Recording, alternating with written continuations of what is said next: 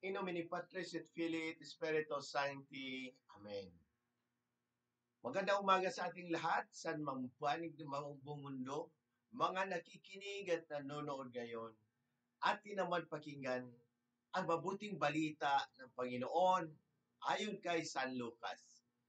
Glory to you, Lord Jesus Christ.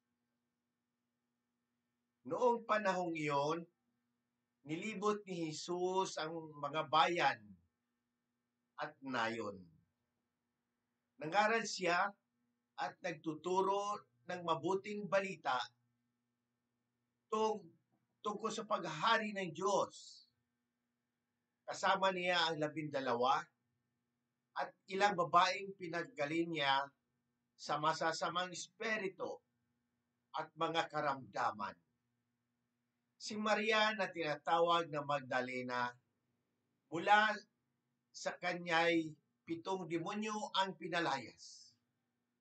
Si Juan ang asawa ni Cusa na katiwala ni Herodes, si Susana at marami pang iba. Ang ari-arian nila ang itinustos nila sa pangangailangan ni Jesus at ng kanyang mga alagad. Ang mabuting balita ng Panginoon. Praise to you, Lord Jesus Christ. Pagnilayan natin sa unang pagbasa sa Korinto at sa paggunita kina San Andres, Kim Tingon, San Pablo Chong, Hasang at mga kasama. Sa Ebanghelyo ngayon, makikita natin ang kahalagahan ng mga kababaihan sa ministeryo ni Jesus. Kasama sila sa mga tagasunod ng Panginoon, hindi lamang bilang mga tagapakinig, kundi bilang mga aktibong katuwang sa misyon. Ang mga babaeng ito, si Maria Magdalena, Juana at Susana, ay mga halimbawa ng pananampalataya at paglilingkod.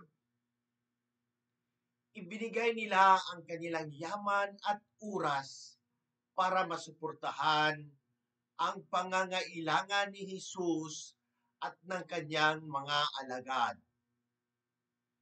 Ipinakikita nito na sa paghahari ng Diyos, walang sinuman ang maliit o walang halaga, kahit tayo ay may papel na dapat gampanan. Sa ating sariling buhay bilang mga Kristiyano, tayo rin ay tinatawag na maging aktibong bahagi ng misyon ng Diyos. Hindi mahalaga kung ano ang ating kalagayan sa buhay, tulad ng mga kababaihang ito. Ang mahalaga ay ang ating pusong handang maglingkod. Ang kanilang pagiging masigasig ay paalala sa atin na maaari tayong maging bahagi ng misyon ng simbahan sa ating sariling paraan. Maging sa pamamagitan ng oras, talento o kayamanan. Sa paggunita sa mga martir ng Korea, San Andres Kim Tingon, San Pablo Chong, Hasang at mga kasama, ang buhay ng mga martir ay paalala ng pagiging tapat sa Diyos kahit sa harap ng matinding pagsubok at sakripisyo. Si San Andres Kim Tingon, San Pablo Chong, Hasang at ang kanilang mga kasama ay namatay dahil sa kanilang pananampalataya.